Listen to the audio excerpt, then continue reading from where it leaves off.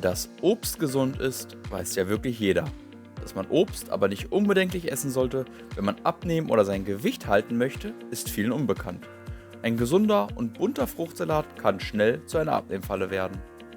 Ich erkläre dir, ob Obst und Früchte trotz Fruchtzucker nun gesund sind oder nicht. Wie viele Früchte darf man essen und welche Früchte haben besonders viel Fruchtzucker? Außerdem zeige ich dir einige Früchte, die du bedenkenlos essen kannst, da sie kaum Zucker enthalten. Bleibe dran, all diese Dinge und noch einige mehr zeige ich dir in diesem Video. Fructose, auch Fruchtzucker genannt, ist ein sogenannter Einfachzucker. Auch wenn Fruchtzucker wesentlich gesünder klingt als Industriezucker, ist Fruchtzucker nicht automatisch gesünder für den menschlichen Körper. Fruchtzucker als auch der weiße Industriezucker haben beide auf 100 Gramm etwa 400 Kilokalorien. In der Industrie wird Fructose gerne als Alternative zum Haushaltszucker verwendet, denn Fruchtzucker klingt einfach viel gesünder. Ist es aber nicht. Daher Achtung bei Leit- oder Abnehmprodukten. Trotz enthaltenen Fruchtzucker dürfen Produkte mit der Aufschrift ohne Zuckerzusatz beworben werden. In Fruchtsäften ist zum Beispiel sehr viel Fruchtzucker enthalten, der in natürlicher Form über die Früchte in das Getränk gelangt. Wird bei der Getränkeherstellung kein weiterer Industriezucker hinzugegeben, dürfen diese Getränke die Aufschrift ohne Zuckerzusatz tragen. Auch wenn diese Aufschrift für viele ein Kaufanreiz sein dürfte, enthalten genau diese Säfte sehr viel Fruchtzucker und eben auch sehr viele Kalorien. Mein Tipp an alle, die ihr Gewicht halten oder abnehmen wollen: vermeidet Fruchtsäfte. Kann Fruchtzucker nun Industriezucker komplett gleichgestellt werden? Jein. Obschon beide Zuckerarten gleich viele Kalorien haben und damit ähnlich im Körper wirken, unterscheiden sie sich im Detail. Fruchtzucker hat eine 20%ige höhere Süßungswirkung als Industriezucker. Fruchtzucker kann daher zum Beispiel beim Backen genutzt werden, um Kalorien einzusparen. Wählt man Fructose anstatt Industriezucker, reicht eine geringere Zuckermenge für den gleichen Süßungseffekt. Fruchtzucker verursacht bei der Aufnahme im Körper eine geringere Insulinausschüttung als bei Industriezucker. Der Blutzucker steigt etwas langsamer an.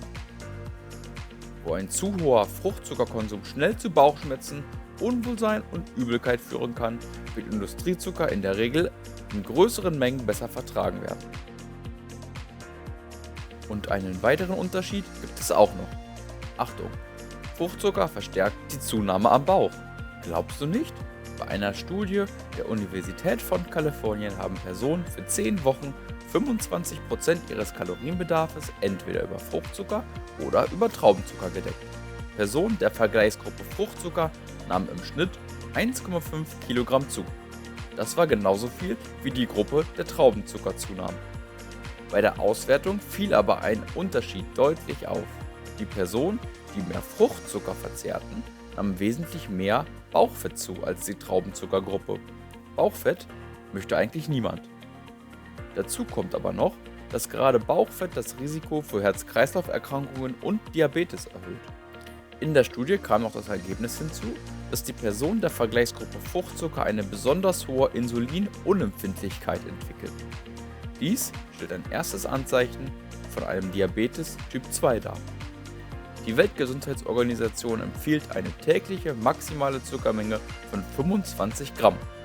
Ein Apfel hat im Schnitt schon ca. 8 bis 10 Gramm Zucker. Eine durchschnittliche Banane hat ca. 25 Gramm Zucker. Mit einer Banane wäre das tägliche Limit an Zucker schon erreicht. Aber keine Sorge, es gibt auch Früchte, die im Vergleich weniger Fruchtzucker enthalten.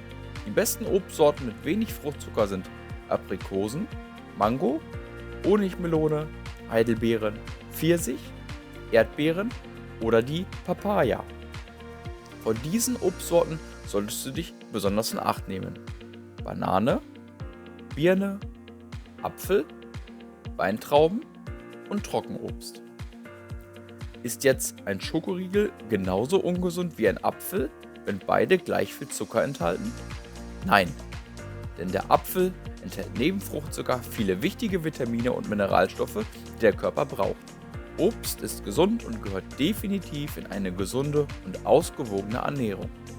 Ein Schokoriegel kann leider nicht mit Vitaminen und Mineralstoffen punkten und ist damit definitiv ungesünder als Obst oder Früchte. Vermeide diese Fehler beim Verzehr von Früchten, sonst wirst du dick. Erstens, du isst zu viele Früchte. Zweitens, du isst zu viele stark zuckerhaltige Früchte wie Bananen, Äpfel und Birnen anstatt zuckerarme wie Aprikose oder Pfirsich. Drittens, du isst Trockenobst.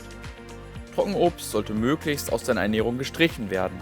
Obwohl Trockenobst auch viele Vitamine und Mineralstoffe enthalten, ist durch den Wasserentzug ein viel höherer Zuckeranteil vorhanden. Mein Fazit ist, esse weiterhin Obst. Allerdings solltest du dir bewusst sein, dass zu viel Obst dick machen kann. Und wenn es dick macht, dann besonders am Bauch. Ich empfehle dir frisches, fruchtzuckerarmes Obst zusammen mit Magerquark oder Joghurt zu essen. So hältst du die Aufnahme von Fruchtzucker in Grenzen, süßt deinen Quark etwas und nimmst gesunde Vitamine und Mineralstoffe zu dir. Möchtest du in diesem Zusammenhang wissen, welche positiven Einflüsse der regelmäßige Verzehr von Magerquark auf den Körper hat, empfehle ich dir, das eingeblendete Video zu schauen. So viel vorweg, du wirst erstaunt sein.